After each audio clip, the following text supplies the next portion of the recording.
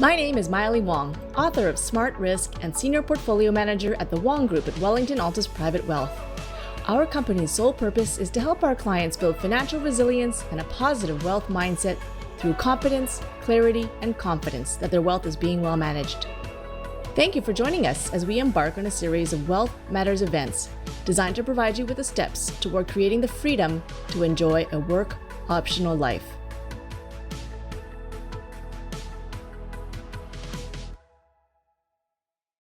Welcome, everyone. Thank you for joining me, Maili, Wong, and my team at the Wong Group at Wellington Altus Private Wealth for our 2024 Wealth Matters webinar event. Today, we will have two very special guests who are both familiar faces as North American investment industry thought leaders, whom I've invited to speak to you before and whom I brought back by popular demand to provide us with an outlook for the year ahead and, of course, the upcoming U.S. election impact. Today's webinar is designed to inspire and inform you with confidence in our relationship based on a strong foundation of deep competence and care during these uncertain times. At the Wong Group, we believe that true character is highlighted during times of challenge, and there have been some challenging times out there for sure. But we want you to know that you are well supported with the best possible team and best possible resources as we look ahead and to help you navigate the future. As I reflect on the past year, we are pleased to share a few milestones that we wanted to highlight to you today. First of all, our partnership with Wellington Altus continues to grow and thrive, and we just celebrated our 5-year anniversary here at Wellington Altus. Overall, our firm, Wellington Altus Private Wealth, continues to grow across Canada, and now I'm proud to say has grown to over $35 billion in assets under management on behalf of clients just like you. Our firm has been also nominated to the list of Canada's top growing companies for 2024, the second consecutive year in a row, earning this designation and recognition, demonstrating the impressive growth trajectory that we're on today. As well, in June, we were named Canadian Advisor of the Year and Portfolio Manager of the Year by the Wealth Professional Canada. And your team, the Wong Group, was named a 5-star advisory team by Wealth Professional Canada in 2024 as well. So proud of our team. Our commitment to deep competence and care has been recognized by the Globe and Mail as a featured contributor in over 30 articles over the past few years. And I've been asked to join the editorial advisory board of the Globe Advisor for the Globe and Mail as well. Most of all, I'm proud of how we've helped our clients achieve strong investment returns, resilience, and strong performance results and growth in client portfolios over the years, especially during these challenging times, including a pandemic and high inflation. And here we are today, standing on a foundation of deep competence and care and from a place of deep gratitude. Thank you to you and to our valued clients for sticking with this plan. We work hard every day to deliver strong investment results and financial planning improvements on your behalf. And we recognize that this competence and these results lead to even greater trust in our process, gives you even greater confidence that you are on track to achieve your goals. So hopefully this confidence inspires you to introduce us to your friends and loved ones who may not be as well served in the financial industry, and hopefully allow us the opportunity to reach a wider audience of good people whom we can help and to co-create positive exponential impact. Many of you have referred us to your valued friends and family, and for that we are truly grateful. Thank you. Your introductions help us complete the positive cycle of enabling us to expand our services and investment research and technology and further improve our capabilities to serve you, our valued clients, in an ever-improving, value-added way. Now, on the wealth and retirement planning front, wealth and retirement planning continues to be a very important focus for us. Today, more than ever before, a disciplined and adaptable plan for your wealth is required to achieve the purpose of your work-optional life. Your wealth plan, developed in partnership and support from my team at the Wong Group, provides direction to financial decisions and can provide projections around what future net worth or cash flow and retirement income might look like under certain assumptions, using a probabilistic approach to help you achieve your purpose. With our expansion to include on our team is Dana Brooks, Senior Wealth Planner We offer even more expertise on our team in the realm of comprehensive wealth, tax, estate, insurance, and retirement planning. Now, some of you have met Dana this year, and we're proud to have delivered more than 50 financial plans, with 7 more in the works in this year alone. Client feedback has been very positive about these plans, and if you are interested in discussing more about how this might be value added for you, please reach out to us.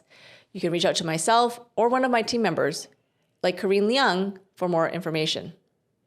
We are also very proud to be active in the community that we built around us, and we continue to invest in this community to help build stronger relationships locally and nationally. Last December, our Willy Wonka family movie client event became one of our most popular family-friendly events, and so many of you reached out to me to say how your families loved it. So, based on its success and from your positive feedback, we are pleased to bring it back again this year. And we have another very special private movie viewing event that we're excited to invite you to at the end of November. And you will not want to miss this one. Details are coming out shortly, so please stay tuned. As well, my involvement in the community as a board director on the Asia Pacific Foundation of Canada and chair of the investment committee has helped me gain deep insights and global views on geopolitics, as well as research on Canada's ties to Asia and economic trends in the region. And next month, with strong support from the public and private sectors, I'm pleased to announce that I've been invited to represent the Asia Pacific Foundation of Canada to speak in a special Canadian business trade mission in Taiwan and Vietnam on the topic of partnering for economic sustainability.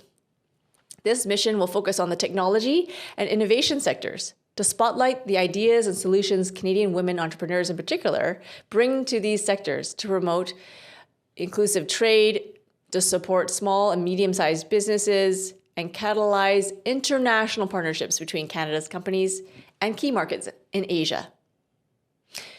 And also within our Vancouver local community. This year I volunteered as national chair of the Up the Down Market event for Down Syndrome Resource Foundation, a nonprofit that supports kids with Down syndrome with the tools, programs, and resources to be their best selves. This year at the Vancouver event, we raised over $150,000 in support of the Down Syndrome Resource Foundation, a meaningful investment that will generate lasting dividends in the lives of hundreds of families. And just a couple of weeks ago, I returned from New York City as part of the Wellington Altus Advisory Council, where I was recently representing the Wong Group and Wellington Altus in high-level investment meetings with industry-leading firms like BlackRock, Cirrus Research, who's joining us on our webinar today, Goldman Sachs, and other investment experts in New York, building on some research ties with global leaders, and I'm excited, jazzed up to bring back and implement these world-class ideas into your investment portfolios.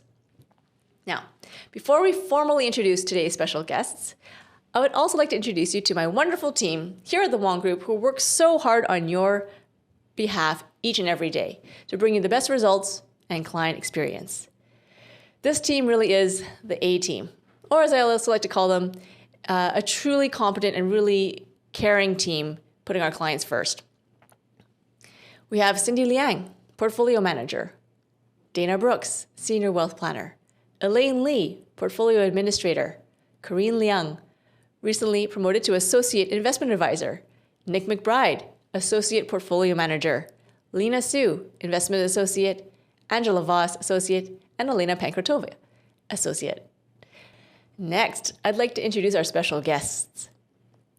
First of all, we have Satya Pradhuman, CEO and Director of Research at Cirrus Research in New York City. Thanks very much, Maili. Satya joins us from New York and spent more than 20 years on Wall Street in the equity research departments of a number of firms, including Lehman Brothers and Merrill Lynch. In 1994, Satya founded the small cap research department at Merrill Lynch in New York headquarters, applying a top-down and bottom-up methodology to the small cap and mid-cap arena. And he developed these proprietary tools for timing small and large cap performance cycles in the US and across regions, growth and value cycles, volatility swings, and capital access trends. His innovative analysis includes linking private equity markets to publicly traded stock markets. Very interesting. Now, I met and worked with Satya more than 20 years ago while he was leading the quantitative equity and small cap research team at Merrill Lynch headquarters in New York, where I was working as well. And after he won several awards for his institutional global equity research, Satya started his own company, Cirrus Research, also in New York. Satya and his team have built a research platform that leverages global financial data to score and rank thousands of publicly traded equities from across fundamental, sentiment, and economic factors to determine their relative performance, their risk profiles, and helps identify proactive investments and opportunities for clients, both abroad and here at the Wong Group. And we now have an over 11-year audited track record of success across these strategies on behalf of our clients. Next, I'm very excited to introduce to you Apollo Lupescu. Apollo is a vice president at Dimensional Fund Advisors, where he started 20 years ago after finishing his Ph.D. in economics and finance at the University of California. Apollo is joining us from LA today. Hi, Maili. It's great to see you. Thank you so much for the invitation to be here, and thanks to everyone for taking the time to come and watch this webinar. I'm really excited about our conversation today. Thank you for having me. During his tenure at the firm, Apollo has gained experience in a wide variety of practical subject matters. Like, he's part of the Dimensional Investment Strategies Group, where he worked directly with financial advisors in the Northeast area to assist in the development of their business, managed internal client services team that provides broad analytical support, and then he oversaw the firm's national advisor retirement business. He's currently Dimensional's go-to expert of explaining stuff. And in his role, he frequently presents around the country and around the world at financial advisor and professional conferences. And you'll understand why when we have our conversation today. Prior to joining Dimensional, Apollo also had his own consulting firm, which provided services to the U.S. Department of State and the White House. Particularly interesting for our conversation this afternoon about the U.S. elections. And his interest in finance and investments lead from a lot of his teaching back at the University of California. And in addition to his PhD, he has a BA from Michigan State University, where he competed and coached water polo. So today we're going to cover some exciting topics and burning questions in the back of your mind, like what impact could the US election results have on your investments? Where are interest rates heading? And how may that impact retirement portfolios? What are some of the key market trends that will be important for us to pay attention to in 2025?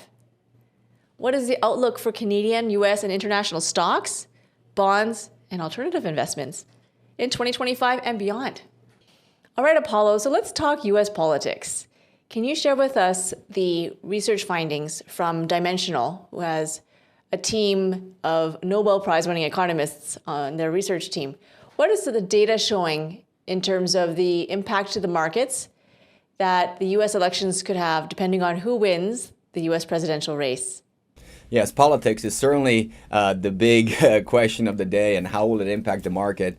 And Maili, I want to start with an observation that over the past few months, I have been traveling the country, and I've noticed that there is just an incredible level of anxiety across the political spectrum, not limited to one party or one view.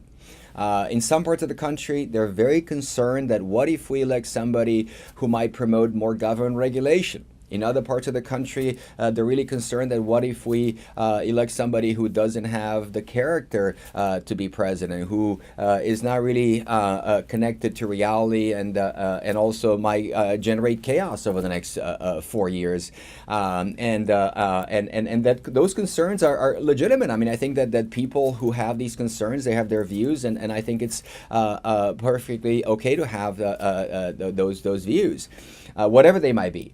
I also noticed that on top of that, there's some deeply emotional issues that touch on our core identity as individuals and our deeply held beliefs, such as civil rights, reproductive rights. And when you add it up together, what I've noticed is just an incredible level of anxiety and emotions around this election. And I think ultimately, emotions are totally fine because that's what makes us human. And I think it's also perfectly fine to act upon those emotions the right way. I think voting is probably the best way to do it.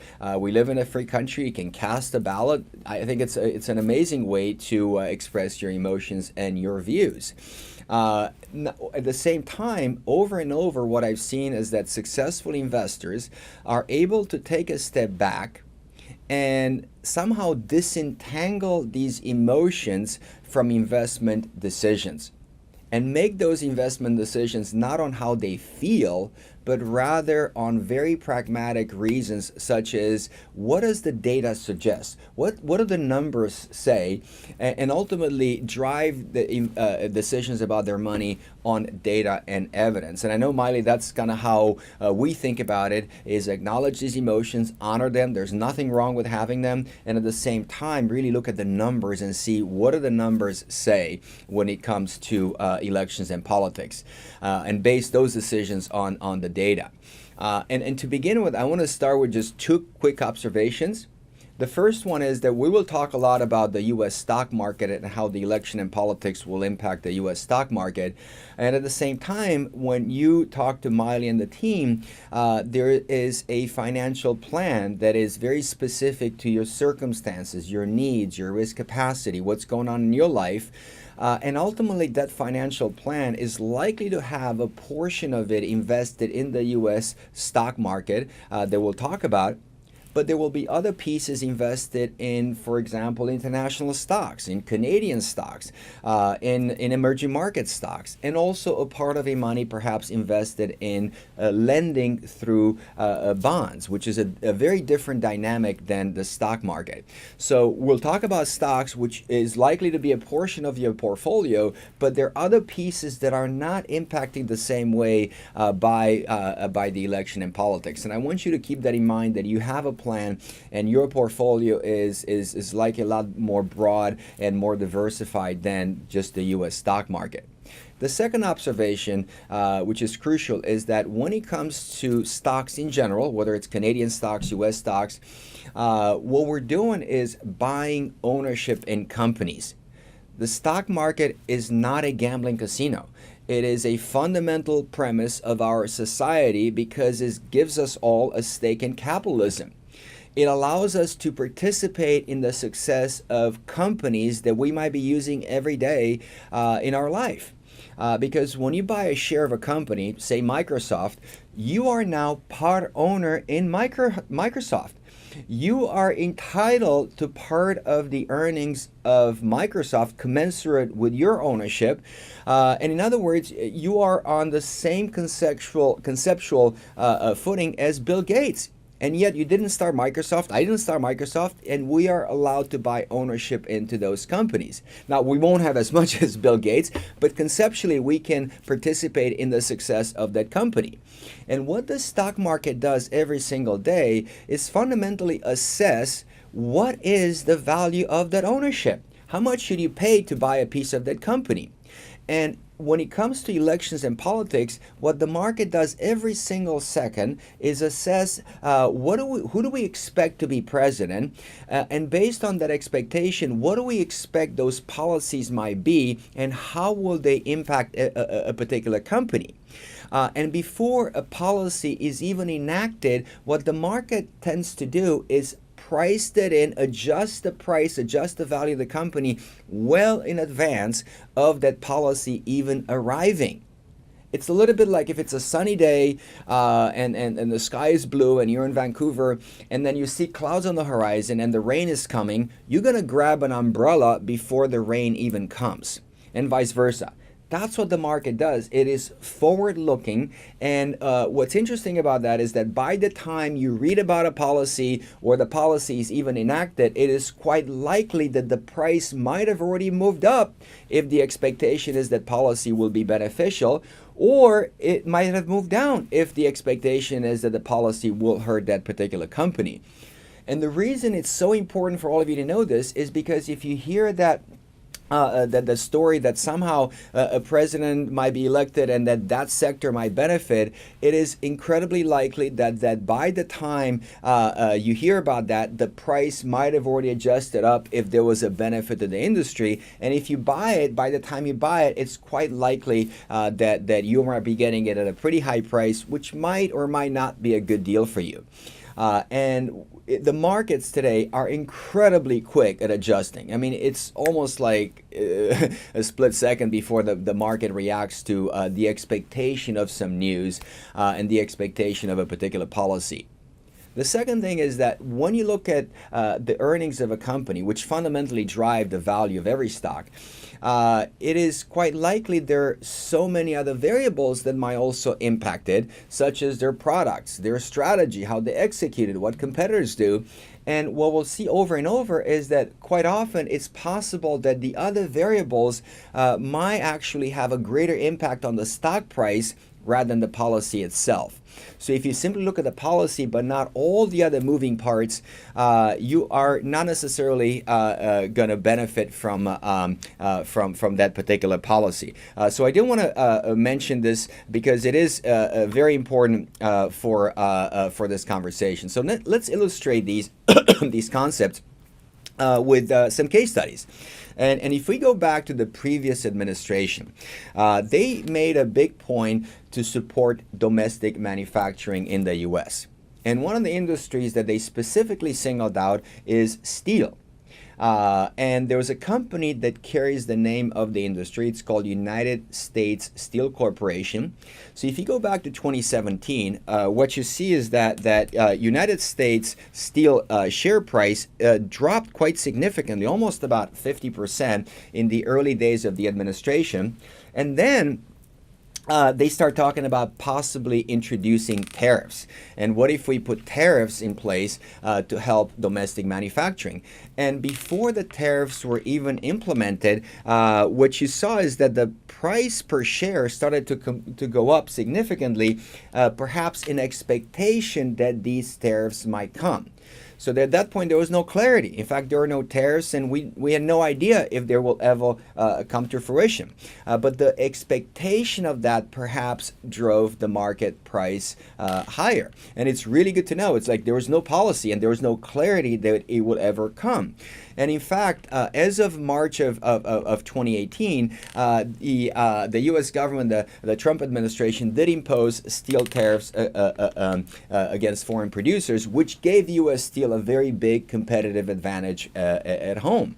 And if you're an investor saying, boy, we have the U.S. government now fully backing this particular industry, that seductive narrative would be that that's a good time to invest in U.S. Steel because it has the backing of the government. The policy is to support specifically this industry, and this company is a big player. And if you had invested at that moment in time, what's remarkable is that by the end of the Trump administration, what you saw is that this United States Steel Corporation lost the vast majority of its value, despite the fact that it was fully backed by the U.S. government. So again, just because the U.S. government has a policy to support an industry, there is no guarantee of success for a particular investor. Now, the current administration has been more focused on solar power and green energy because there's a pretty good evidence that the climate is changing and kind of moving away from fossil fuels perhaps might be a good idea. So in that respect, 3.5 years ago, Maili, I was looking to put some solar panels on my own roof, and it wasn't because of the U.S. policy. I just wanted to save some money. And recently, I looked at the price per share of one of the vendors I selected at the time, which is First Solar. First Solar is a company. It's part of the S&P 500. They sell solar panels. And if you look at the First Solar for the first 3.5 years of the current administration, it more than doubled in value over the course of the last 3.5 years, which is a really good result. So as an investor, perhaps you say, well, I doubled my money. That's really good. And perhaps these policies do help investors who focus on these particular sectors. At the same time, being a conscious shopper, I wanted to get a second bid. And if you go to Costco these days, they actually have a booth for this vendor, which is called Sunrun, which does pretty much the same thing. And if you look at Sunrun, over the past 3.5 years, the same exact industry, solar power, it lost more than 75% of its value, despite actually having a share price that was neck and neck with First Solar back about 3.5 years ago. So to me, what's so fascinating is that if you do look at the industry, it's not that every company benefited.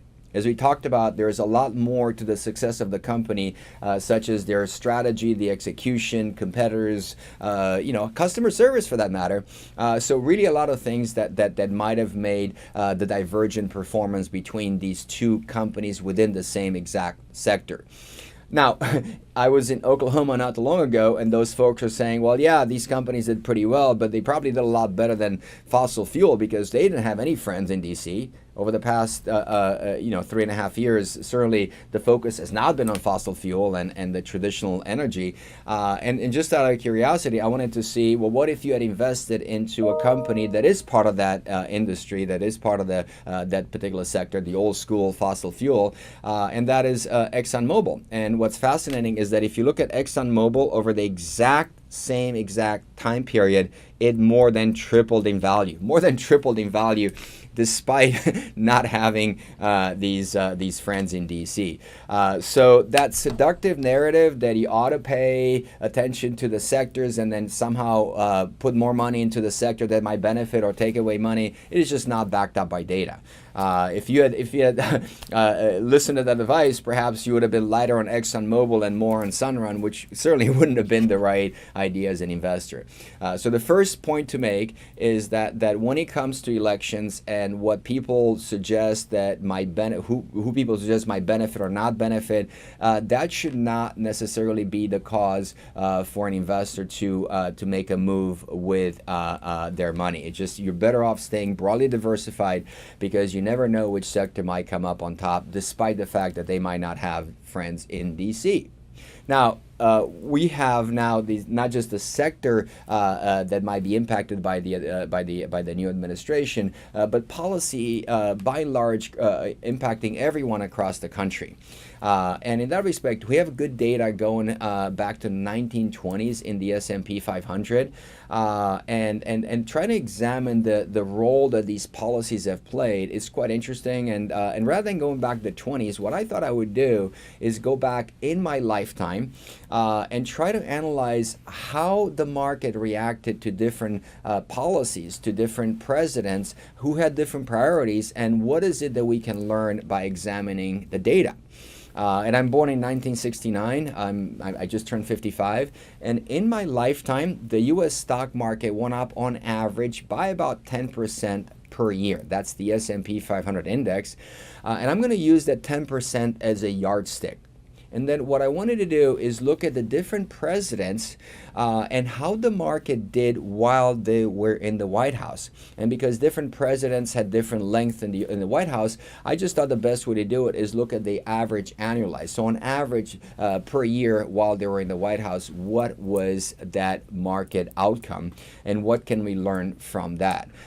So when I was born back in 1969, Richard Nixon was in the White House, and for the 5.5 years or so that he was president, the markets in fact did not go up. They went down by 2.9% per year, which is quite remarkable. And then he resigns, and interestingly enough, the vice president who comes in, Jerry Ford, was never elected as a vice president because Richard Nixon's original vice president resigned, and then they picked Jerry Ford. So Jerry Ford, a president who never gets elected for president or vice president, comes in, and the market skyrockets at over 20% per year for the time that he is in the White House. And in 1977, he loses to President Jimmy Carter, a Democrat from Georgia. He's there for 4 years, one term. The market goes up a little bit above average, 11.7%. And then in the early 80s, he loses to President Reagan, who comes in for 2 terms in the 80s, and the market does really well, 15.8% annualized per year. And then his vice president comes in 1 term, George H.W. Bush, 13.9% for 4 years. And in the early 90s, he loses to President Clinton. He comes in 2 terms. The market does really well, 17.6% annualized for 8 years. And then there's the Bush versus Gore, which is a contested election. President George W. Bush gets elected. He's there for 8 years, 2 terms, and the market on average drops by about 4.4% per year for 8 years. And then we had President Obama and then President Trump. And I'm going to perhaps leave this up here for a second and ask everyone to take a look at the data and start with just a basic question. Is it obvious that having a Republican or a Democrat in the White House is better or worse for the markets? And again, I've asked this question across the country, Republican, Democratic audiences, conservative, liberal. Nobody was able to tell me that, oh yeah, there's an obvious pattern. I just don't think there is an obvious pattern. But rather what I find it's interesting is that people want to project.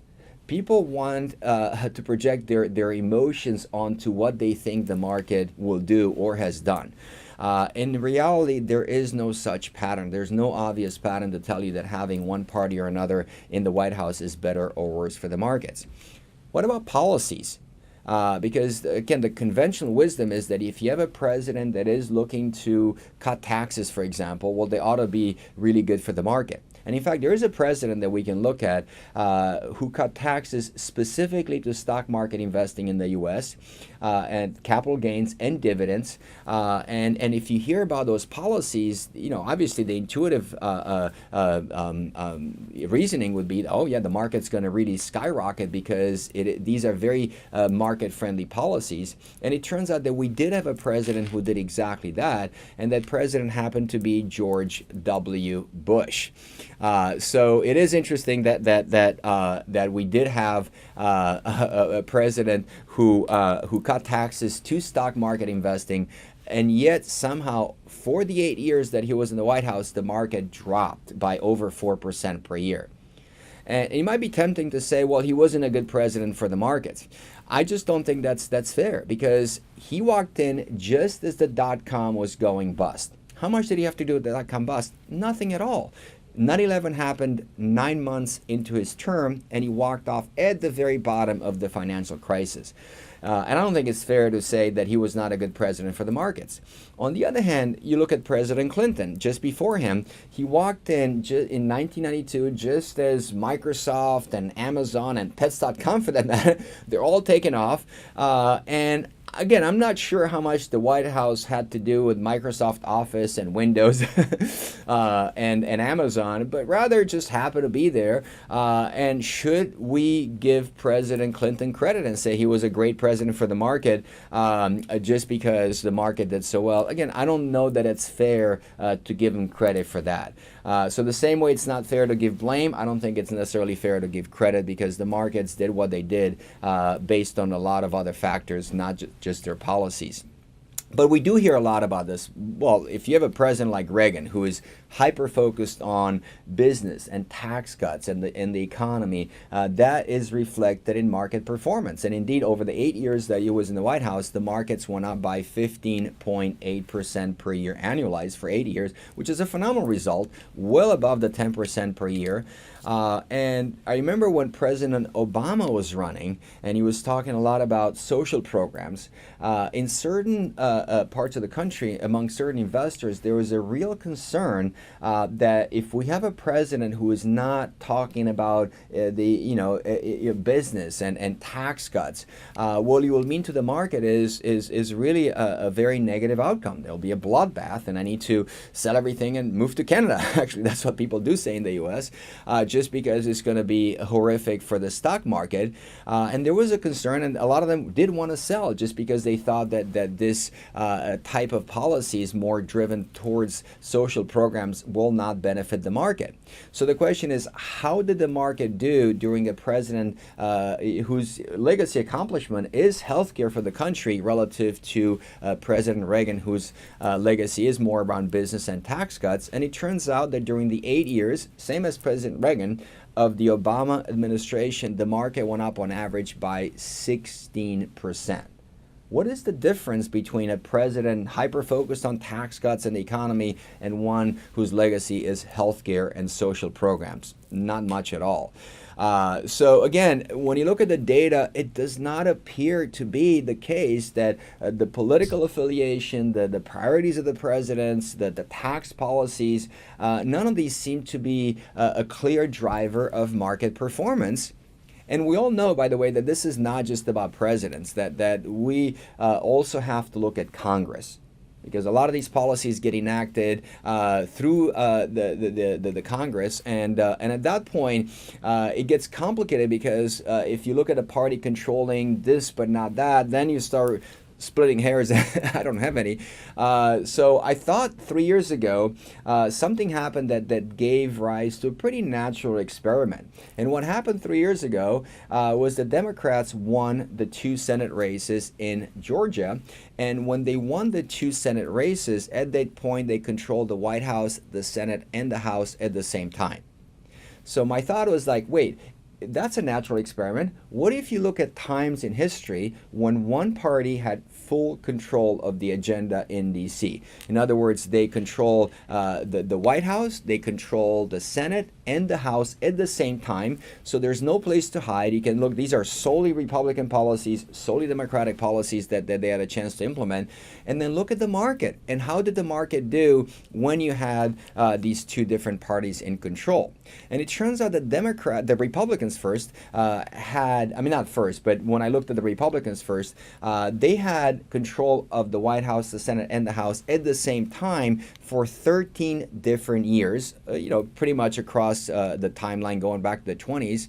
And on average, these 13 years produced a result of about 14.52% growth on average for the market. So that's the Republican side. The Democrats turned out that they also had this unified government control, but it wasn't for 13 years. It was for a lot longer, 34 years where they controlled the White House, the Senate, and the House at the same time. And the question is, well, how did the market do while the Democrats were in control? And Maili, 3 years ago when I ran this analysis and I was about to present it, a gentleman walked out and said, listen, I don't want to hear this because you're going to try to make me feel good or bad about my view and probably promote your party and who you think did better and you cherry picked all this. And I was like, no, I'm just going to share the data. You interpret it the way you want to interpret it. And in fact, just to make sure that it's so accurate, because it is a sensitive number, we had the Ph.D.s in the research group dive into it and make sure that it's very accurate. And so what happened during the 34 years of the Democratic unified government control? Well, when the Democrats had single-party control during these 34 years, it turns out that the market on average went up by 14.52%. It is identical to the second decimal. It's identical to the second decimal. That's crazy. Because what it basically suggests is that if you are looking and saying that the market will do better or worse during one party or another, it is most likely your emotions. It is most likely projecting how you feel rather than looking at the numbers.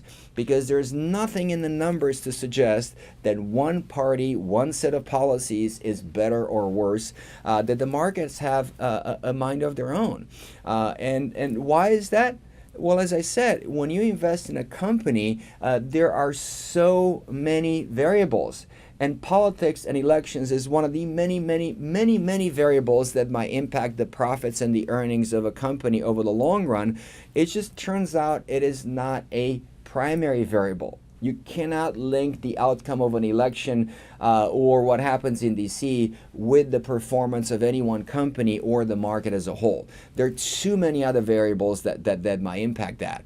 And if you think about it, in 2 years, we will have another election where pretty much everybody in the House is, the entire House is up for re-election. A third of the Senate is up for re-election. And 4 years from now, we'll have an exact same identical election, and nobody has a clue today who might be running on what platform 4 years from now.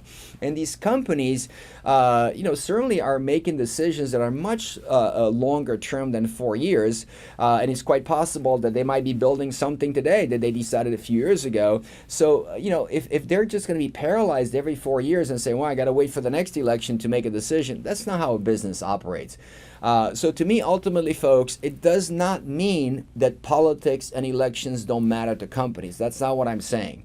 Rather than it's one of the many variables that impact it. It's just not a primary one that ought to make you trade, either buy or sell because of the election itself, but rather consider it in the context of everything else. And Maili, I'll give you the one thought that I had recently when I'm baking cookies with my daughter, and you put in the sugar, the eggs, the flour, the butter, you mix everything in, you pop the cookie in the oven, and when the cookie's baked and you break it apart, you can't really point and say, aha, I recognize the egg yolk in there. No, you can't. It's mixed in with so many other ingredients that it becomes indistinguishable. And that's what I think politics and elections is. It's the egg yolk in a cookie.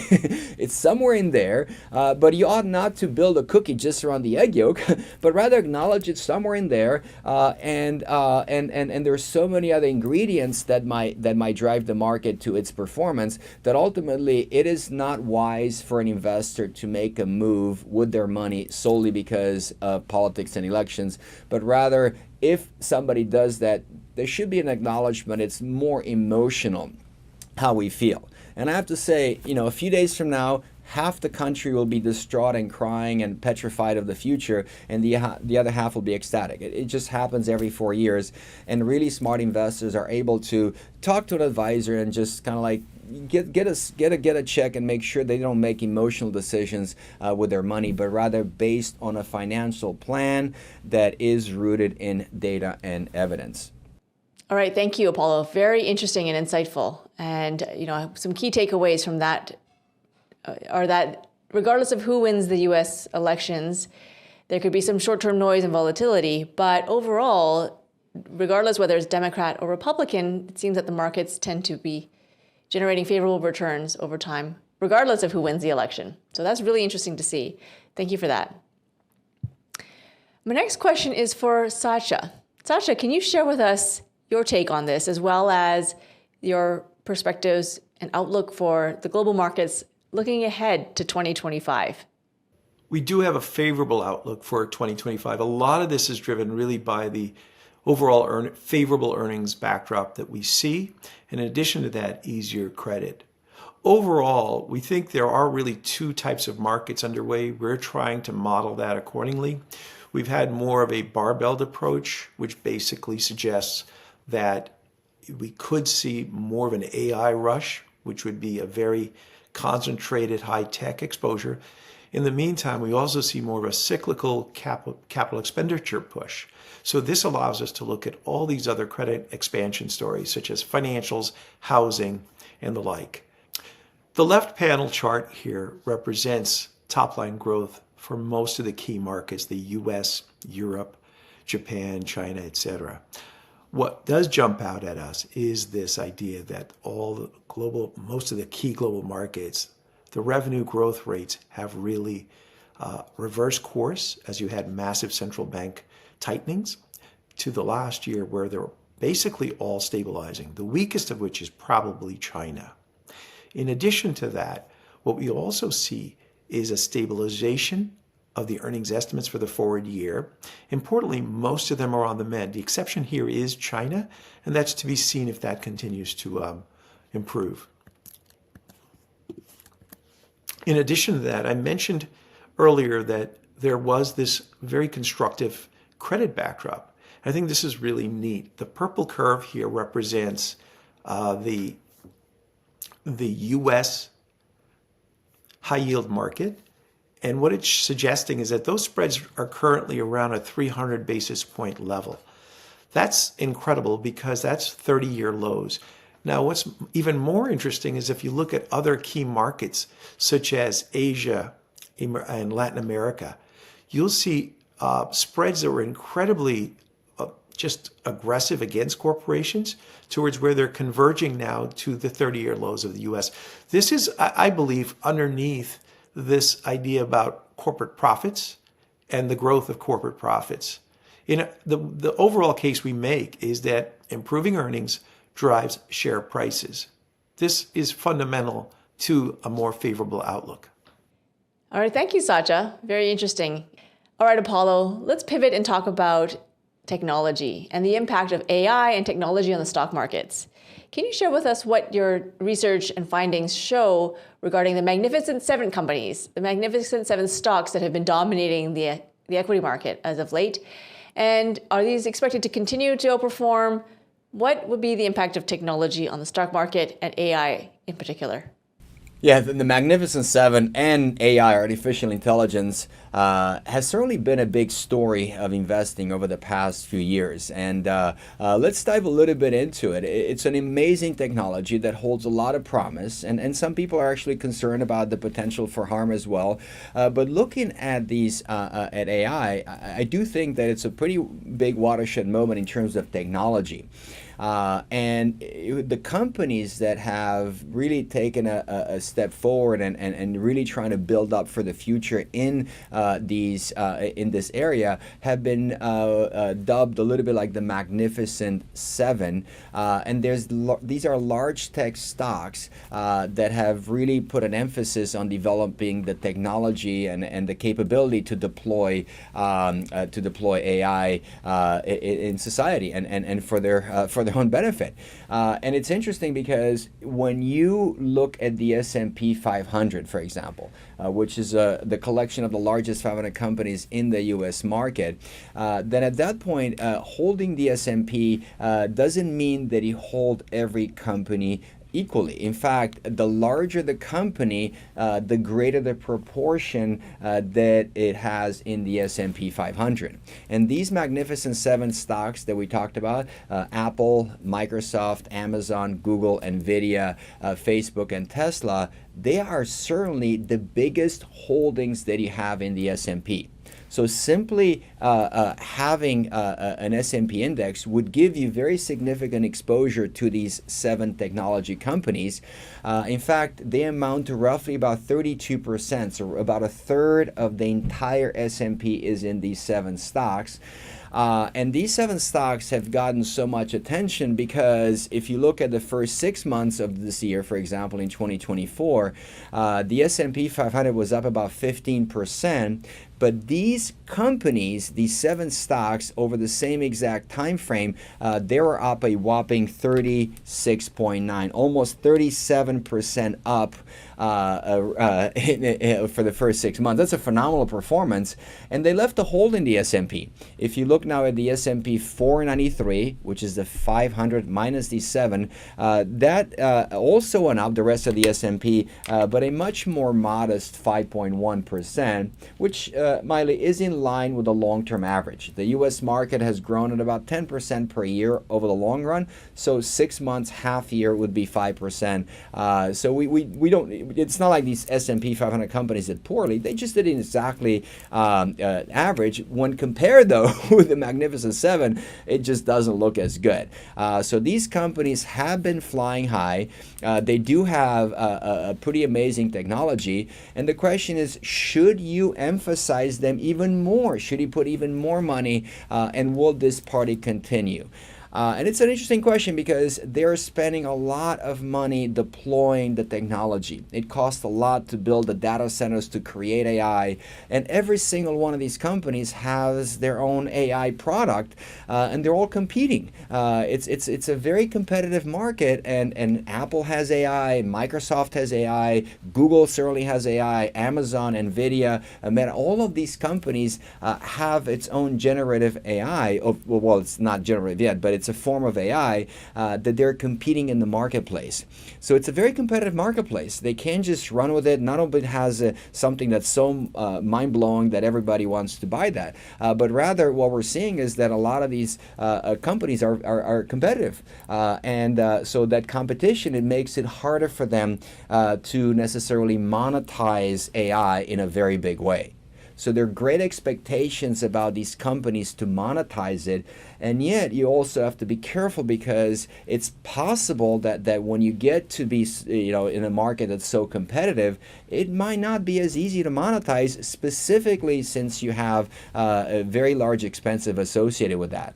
And one way in which the market has perhaps accounted for that is that if you look at not just at the first 6 months, but now you include the third quarter, what you see is that quite remarkably, these Magnificent Seven have not been flying as high, certainly not as high as the first half.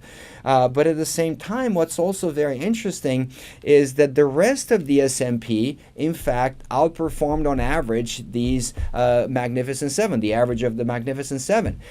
So the story of the first half did not actually repeat in Q3, which is an indication that perhaps investors are starting to look and say, well, these are not the only companies that make money, and it's possible that their investments might take a while to pay off. So let's not ignore the rest of the S&P. So I think a really important lesson here is that you have these Magnificent Seven as part of your allocation. And if you look at the S&P, it's a very good chunk of it. A third of the entire S&P is in these Magnificent Seven. At the same time, I would caution folks from overweighting these and putting too much money because, again, it's a technology that is incredibly neat. It's just very competitive right now. Everybody's doing it. It's expensive to deploy. And who might end up making money might actually not necessarily be these creators of AI, because often the technology might benefit the users even more than the creators. If you think of the scanner, the supermarket, yeah, the scanning company makes some money, but I would argue that much bigger beneficiary are the users of the technology rather than creators. So all the other companies in the S&P, they might actually benefit even more so than the creators of the technology, which are the Magnificent Seven. And because of that, we certainly believe that you are better off staying diversified and not overemphasizing these Magnificent Seven stocks, but rather keep them proportional to their economic value in society, which is what the S&P does right now. My next question is for Satya. How do you see the impact of interest rates and inflation on the markets in 2025? And also, where do you see the opportunities for growth? Thanks, Maili. In terms of the interest rate picture, what we've got now is just about every central banker in the world, they've begun to cut rates. That includes Canada, which was ahead. In fact, most recently is the US. What we believe is this is more of a credit expansion cycle that we're going into. It does imply holding more cyclicals. In fact, if you look at some of the industrial sectors that we've covered, they've done quite well in a time where everyone seems to be talking about NVIDIA. In addition to that, this idea about inflation is critical. What we've gone through from a pandemic where the whole planet shuts down to reopening, those are the things that would really create inflation to basically implode and at the same time surge. So in the last 3 years or so, what these central bankers have been dealing with is this sort of capacity constraint, this sort of reopening effects. All of these things really created this massive inflationary surge. The supply chain was effectively in tatters. And what we've seen subsequently in the last couple of years is quite an improvement in these supply chain issues. As a result, between the central bank tightenings and the fact that we have moved away from a pandemic world, these are the things that have created a more constructive inflationary backdrop. That said, we still believe that this is still the real risk to equity valuations. When you look at the labor data in the States, what you're seeing is very tight labor markets. And in a service economy, labor and labor prices really is inflationary. So it's something that we've got to think about, and how we manage that in the portfolio is to make sure we're paying more attention to valuations and earnings visibility. And in terms of how we're positioned for growth, clearly this idea of a barbell positioning surfaces. The idea is that what we see is sort of an industrial supercycle that's continuing to run its course. So as a result, we will continue to add exposure to IMEs, as we call them, industrials, materials, energy. In this world, whether we're reacting to climate, whether it's reshoring, and dealing really with the geopolitical fallout, all of these things are telling us that there is more of a rebuild underway, and as a result, there's a real infrastructure industrial play there. In addition to that, we're also managing with this massive investment cycle underway with AI. So a lot of this has started really with the NVIDIA trade, per se. What we're looking at is what are the places this could really spread to. So the early stage could end up being the physical chips, but the second parts and the third parts are to follow. We believe with this surge of spending, the key customers for NVIDIA, such as Microsoft, Oracle, Apple, etc., the amount of monies they're throwing into this area for AI will drive other needs. So for instance, data centers. In addition to that, supplemental for energy. A lot of these tie back to some of the broader industrial themes as well. And so we believe this opportunity for growth, it is somewhat cyclical. We are certainly more valuation sensitive because you've got an easier credit backdrop. In fact, we've added exposures to both financials and housing. In addition to that, this idea of AI risk is certainly there. After all, the sort of Mag 7, the NVIDIA trade, they've certainly run their course. Let me show you a couple of key charts here. So in terms of this chart, I think this is a big deal because what it's relating is as much as AI chip spending has been fantastic. This blue bar chart here represents the sales growth year over year for NVIDIA. It's important to note the performance has just been historic. The purple curve continues to climb. What's important here, though, is that the blue bars, this is the rate of change for sales growth. These numbers are north of 200%. And what we're starting to see now is this is starting to decelerate. So the question is, where do we pivot? At the end of the day, though, this NVIDIA trade, it's crucial, and it's something as running a portfolio you really can't avoid when it's so dominant. Importantly, the fundamentals are also underlying. If you look at its key customers, we found that this might be a neat way to frame out where this puck is going. And what you'll notice is that the margins for some of the largest tech companies, this would have Oracle, Apple, Microsoft, and the likes, the margins for these companies are historically strong. So what this is telling us is that the appetite and the ability to chase after more AI chips remains in place. And so what this could mean, as much as NVIDIA's sales growth is decelerating, to some degree, this spend will likely continue. And this is why we look to those other areas that might benefit, such as data centers, such as alternative energy.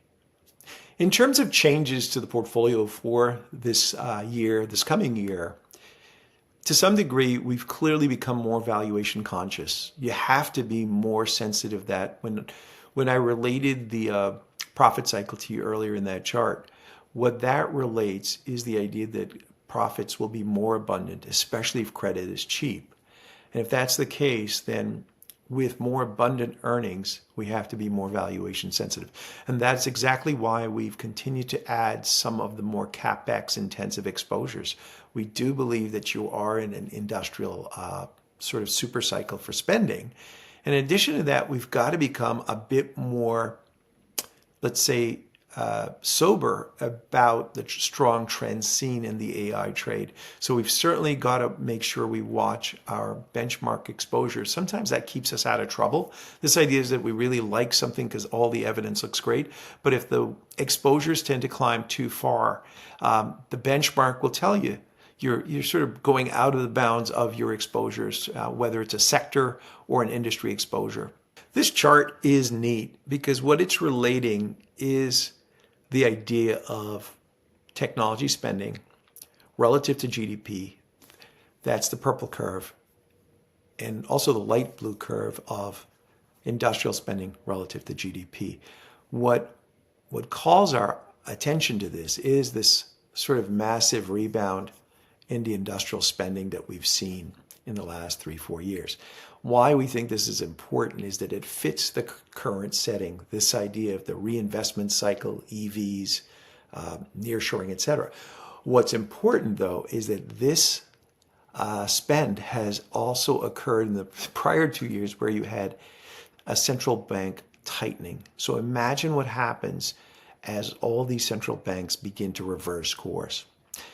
Also an important data point here with technology spending is this spending that we're seeing is very narrowly distributed. In fact, the revenue growth seen in smaller mid-cap technology, the sector, is nowhere near as robust as what we're seeing in the large mega cap names, simply because of the very specific AI investment thesis. So this is what's encouraging to us in terms of positioning towards more of an industrially centered portfolio.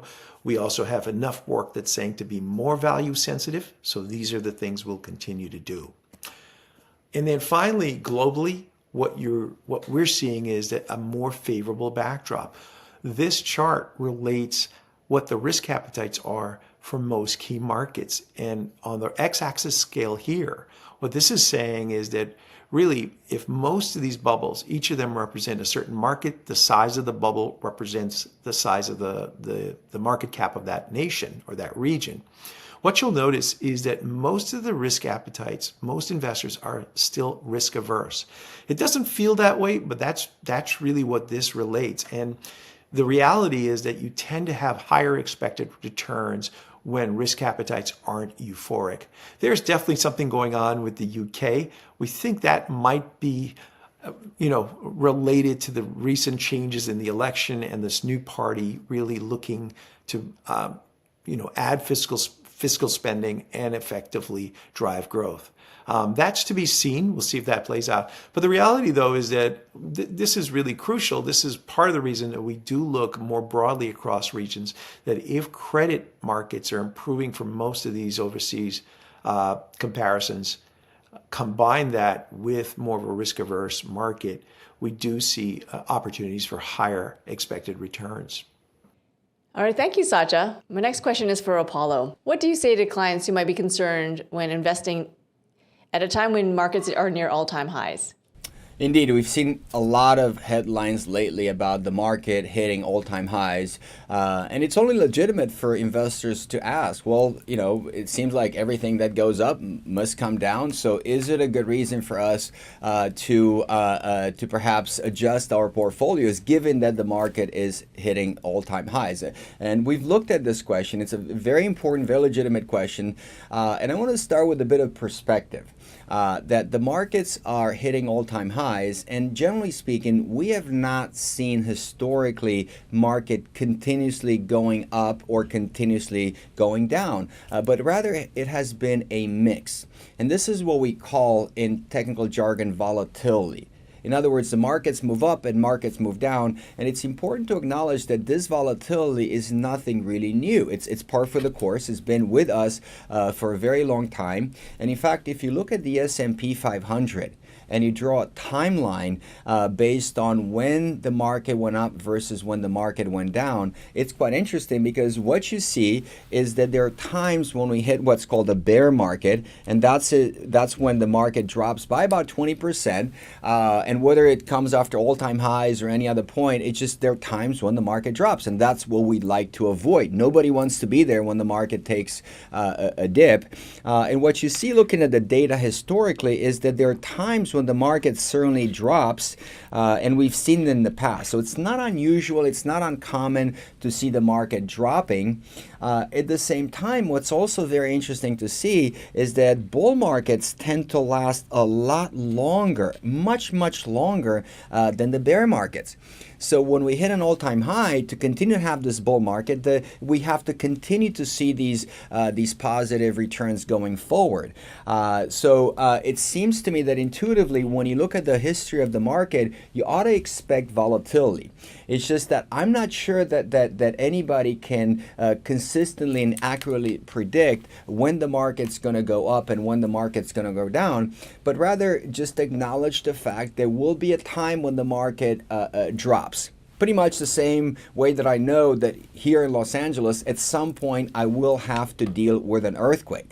The knowledge of the earthquake itself, it's not really helpful unless you know when the earthquake is coming. And that's the problem with both the earthquake prediction and stock market predictions. We know the downturn is coming, we just don't know when. So the question is the downturn possibly related with the fact that we hit an all-time high? And that's an important question, and we've looked at that question to see what does the market do after it hits an all-time high. Do we see it dropping? And perhaps, if we see that's a time when the volatility hits on the downside, obviously that's the one that's unpleasant for all of us as investors, maybe there is a reason to make a move with our money. And when we looked at the data, what we found is quite interesting that when you analyze times when the stock market hit an all-time high, and then you fast forward 1 year. So you look 1 year ahead exactly after the market hits an all-time high. What happens to your results as an investor? Does the market go up or does it go down? What's going to happen to your money? Because it's very, very important to understand that.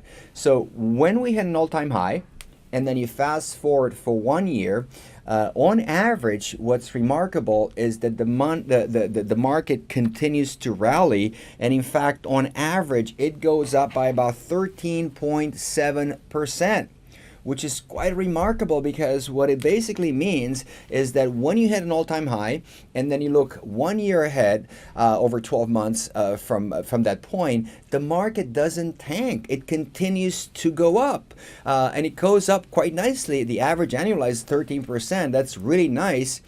And if you're saying, well, yeah, but if I invest in any other month, perhaps it could be even better. Well, if you invested any other previous month, but not an all-time high, it turns out that you still go up, but not as much.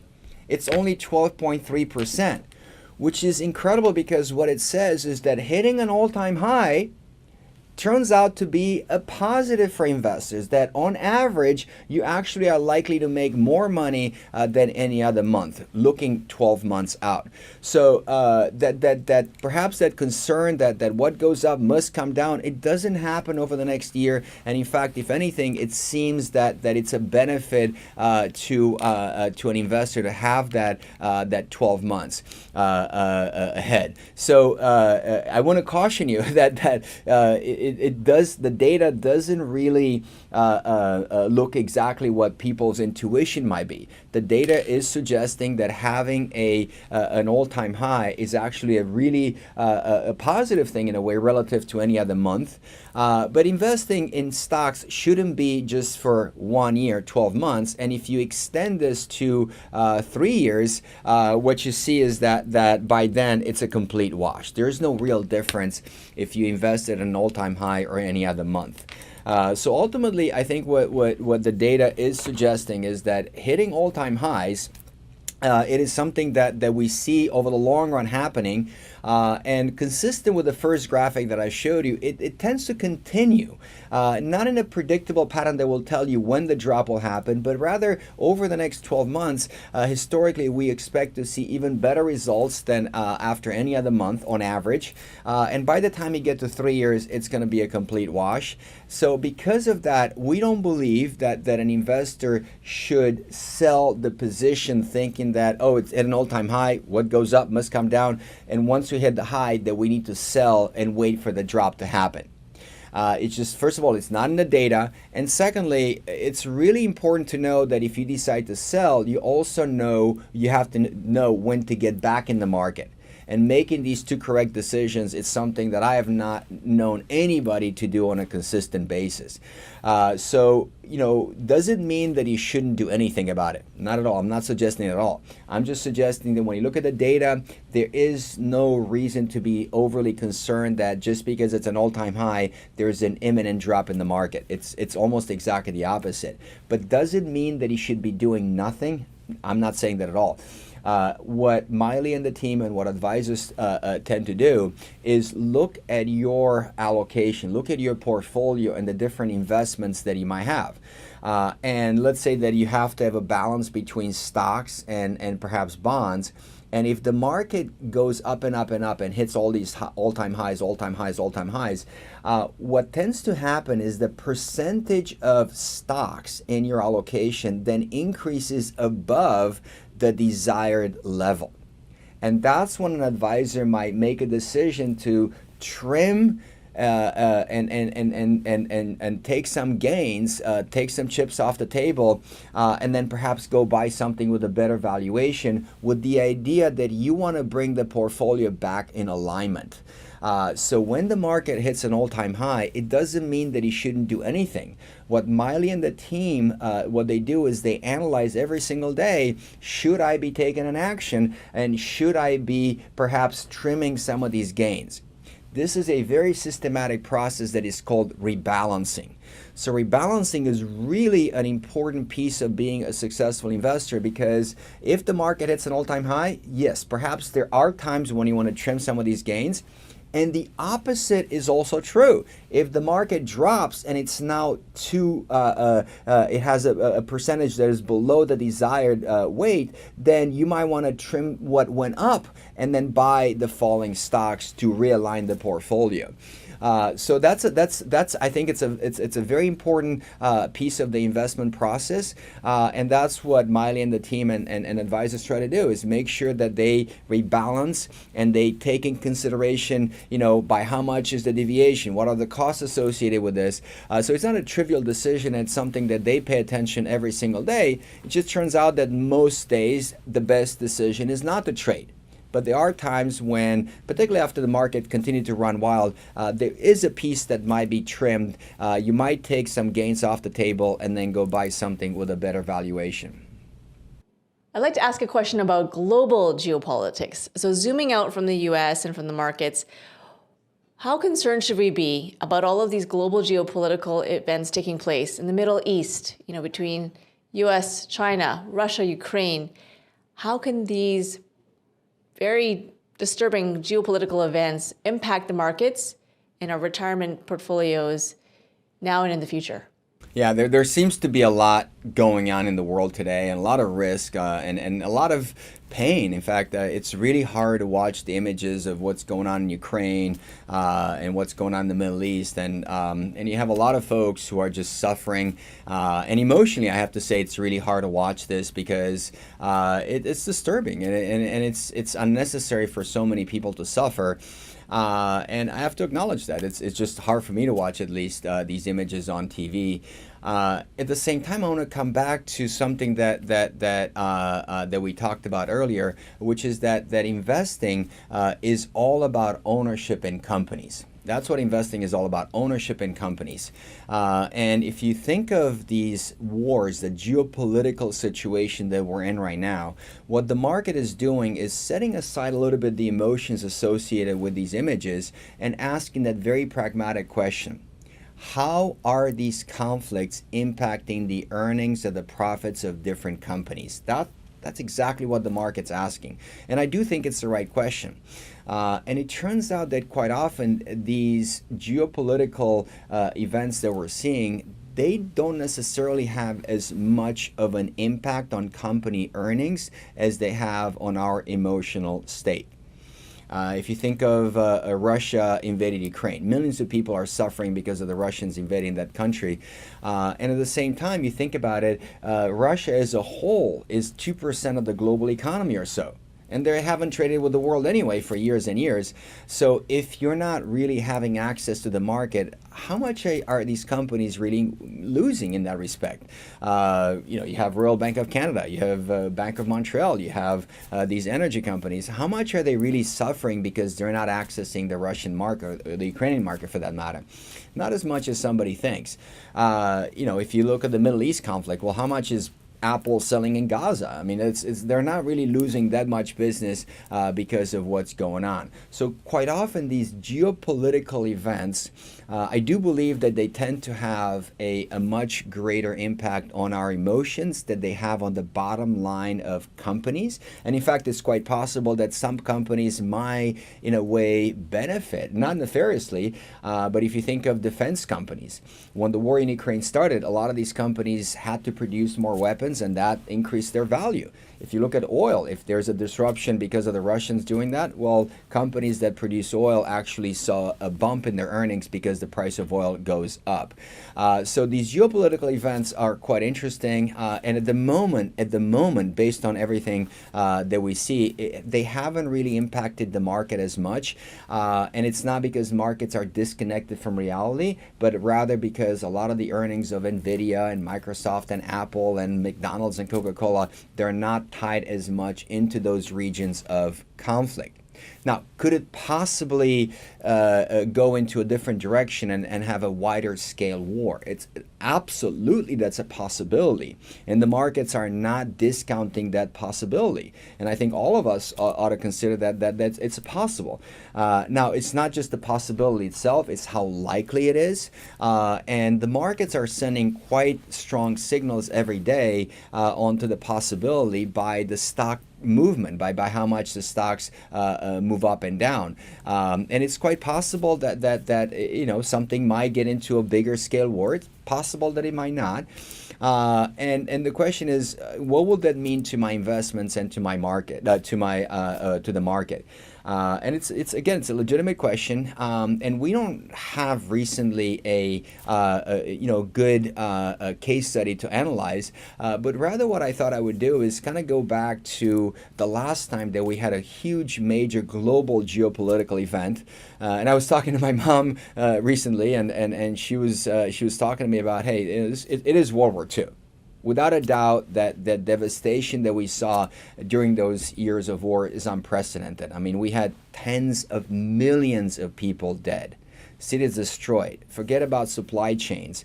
Nobody was buying anything because everything went into the war effort. So if you're an investor at that point, and you can go back to September of 1939, and this is when the Germans invaded Poland, and you say, listen, this does not look good. We're going to go back into World War again. And you're talking to Maili, and Maili is suggesting, well, maybe you should stay invested because, the market, it's good, they're going to be resilient, blah, blah. And you're like, are you nuts? I mean, listen, there's going to be a global war, but somehow you decide, okay, I'm going to stick to the advice and I'm going to stay invested.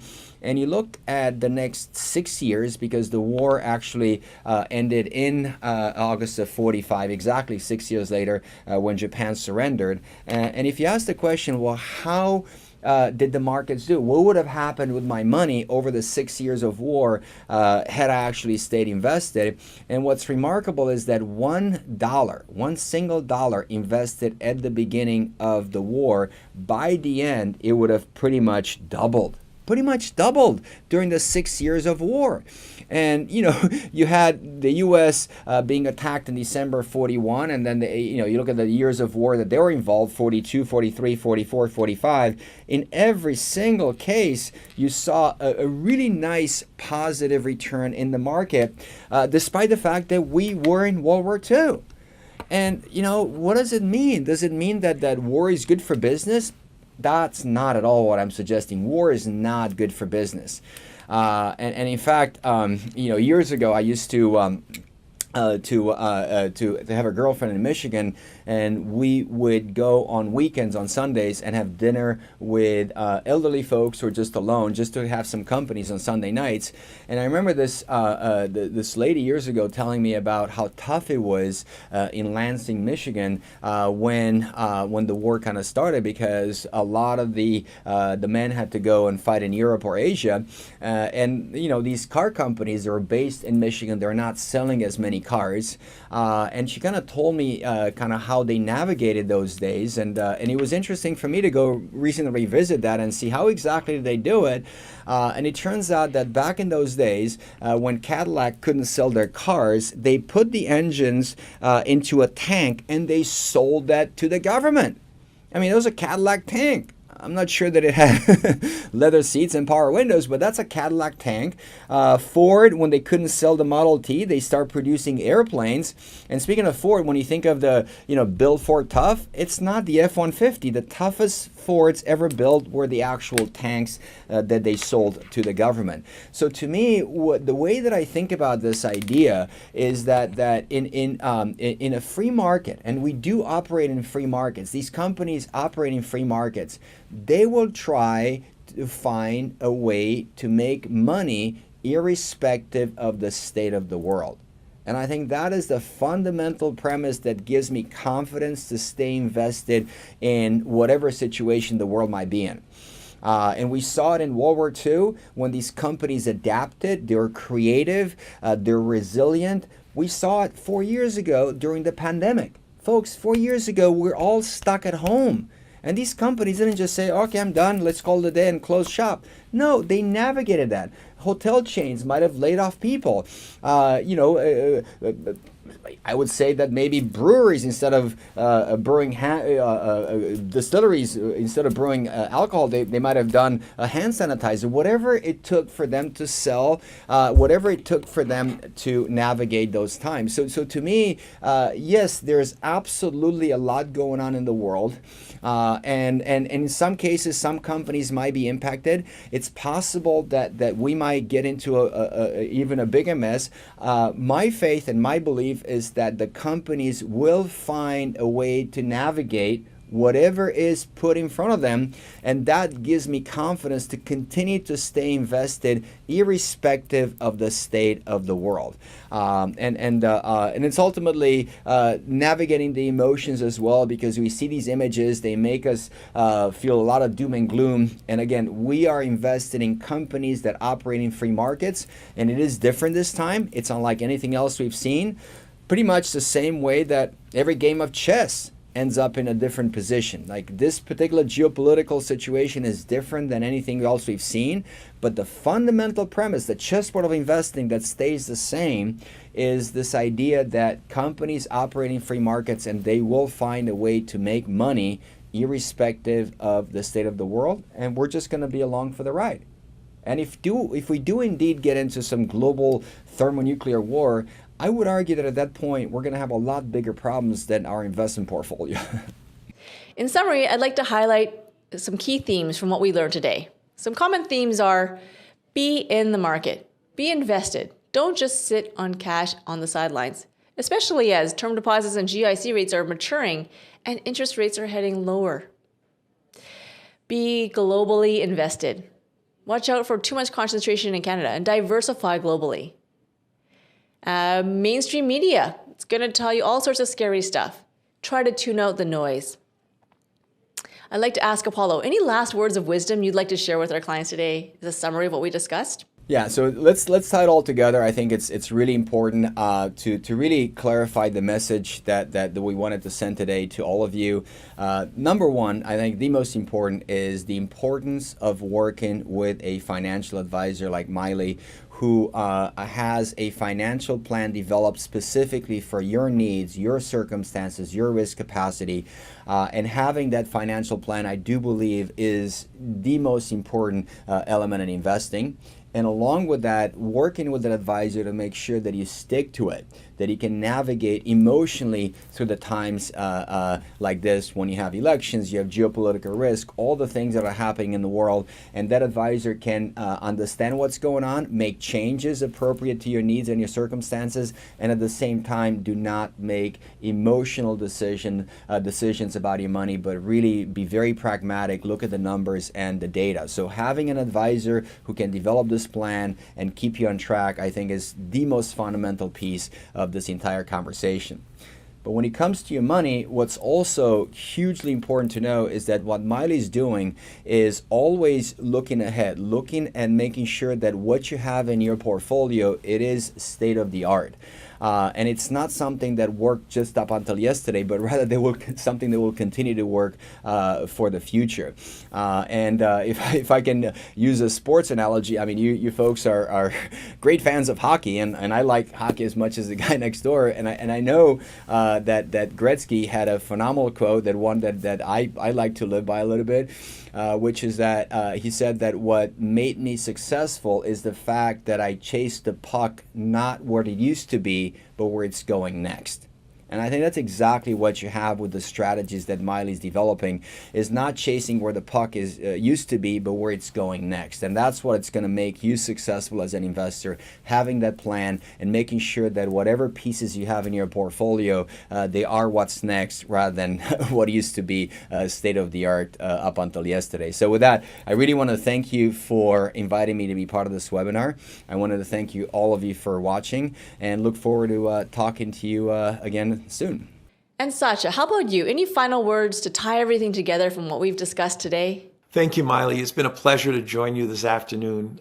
Really appreciated some of the color commentary as well from Apollo.